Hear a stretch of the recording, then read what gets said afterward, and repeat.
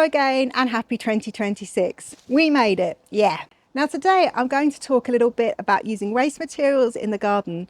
I found this on a walk near my house, which has been discarded by someone, which is an old coir hanging basket lining. And that has inspired me to do this video. That probably seems really weird, but to me it's kind of weird that someone has discarded this as rubbish, which I'll come on to. But I'm going to show you how I'm going to use this hanging basket. I have a plan, we'll see if it works. And I also thought I'd show you another way that I'm using a waste material to make a wildlife habitat in my garden. So this hanging basket that's made of coconut fibre has a lot of goodness in it. And I'm going to use that to help, hopefully, improve the soil around some of the fruit trees and bushes that I planted this year. And my aim is to kind of break it up into small bits so I can put it around the base, because obviously as it is, I can't really do that. Now, it would be much easier just to leave it in a corner and let it rot down. But where's the fun in that? We're going to see if it works. I don't know, but I've got nothing to lose, so I'm going to give it a go. So let's see how I get on with this. Now, my plan is, and this might be a slightly nutty idea, I don't know. My plan is to put this in water, so warm water, and hopefully let it break down a bit so I can actually cut into it and make lots of little bricks. I'm just going to boil the kettle now.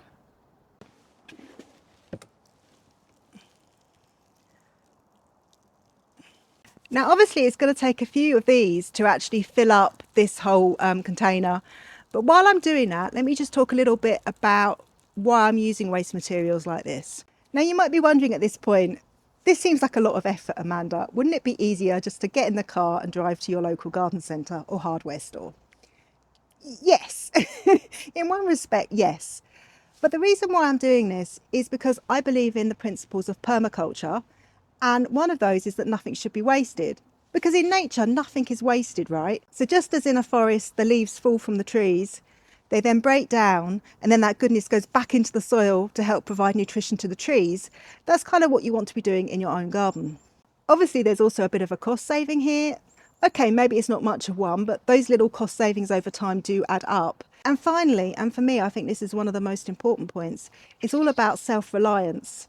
So if I'm using materials, in my garden, in my local neighbourhood to boost soil fertility, and I know how to do that, if anything happens with the supply chain and I can't buy a bag of soil, I'm still going to be able to grow things in my garden. So that's done. The line is having a good soak there. I've filled up the container and I'm going to leave it for a few minutes. While I'm doing that, I want to show you one of my other examples of where I'm using waste materials in my garden, and it's actually helped to build a better wildlife habitat. Here I am then next to my pond, and I can't tell you, I was absolutely delighted this year when frogs started to use my pond for the first time. Unfortunately, the local cats were also delighted, and they were being a bit of a nuisance, basically chasing the frogs around the garden when they came in and out of the pond. And I was thinking about how I could fix the problem, and at the same time I'd recently taken down an old shrub that I absolutely hated, in truth, to make way for my new plum tree. And I had all these heavy branches. I didn't want to go to the dump with them because it would be a nightmare to get them in my car. I've got a very small car going back and forth and so on. And I just kind of left them in the garden. And then I had an idea. What if I use those branches to create a bit of shelter for the frogs around the pond? And that's what I did. So I put these fantastic trunks and branches in here. I think it looks absolutely fantastic. It looks so much more natural. And the frogs were so much happier after I put them in because they had little hiding spaces and places to shelter. And not only that, not only have I helped our frogs, SOS, save our frogs, I've also created here a little habitat for things like wood lice and other beetles that are actually really key in helping to break down other garden waste materials and build soil fertility. Now that's been in soak for a little while, so let's see if it's softened up enough for me to cut it with these shears. Wish me luck.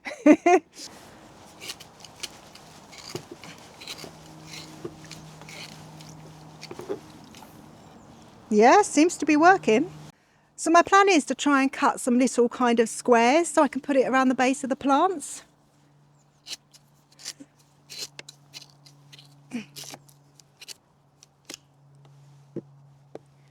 Yeah, so something like that, right? I think that will do nicely.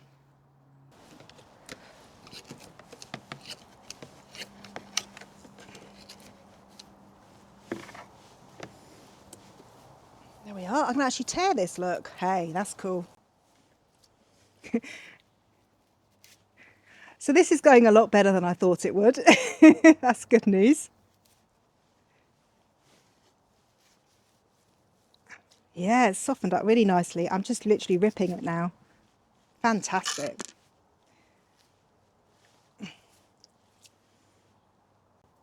Wow, so that took me all of 2 minutes. That's amazing. I hadn't expected it to work that well. So I'm now just going to go and spread it around the base of some of my plants. Okay, so first up then, I'd like to put some around the base of this plant here. This is my plum tree, and I only planted it this summer.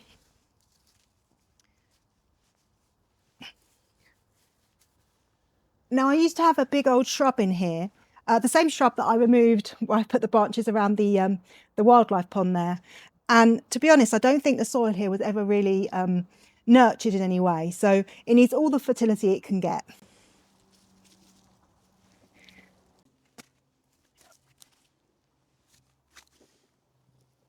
There we are. So that's some put now down around the base of my red currants.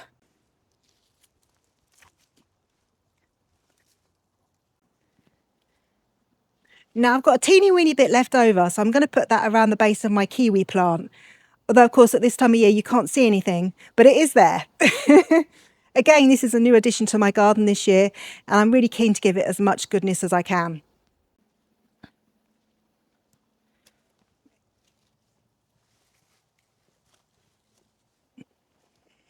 Excellent then, so that's all done. Let me just show you the end results. There we are then, that's the base of my kiwi plant. If you're interested in growing kiwis, I have got a video on that. I'll put a link in the description. There we go. Excellent. And then moving on, here you can see the coir around the base of my plum tree, and then to the side of it, the red currants. So I'm not going to lie, I'm really happy with that. You know, the first stroke of luck was finding the hanging basket liner in the first place. Why did someone discard that? I'll never know. Now I put it around the base of these fruit plants. It's really going to help the soil here because, as I say, the soil was quite poor. It had never really been improved from where there'd been that shrub there all those years. And it's really hopefully going to give them a really good start to their first growing season. So I do think that coir is an absolutely fantastic material to use in the garden.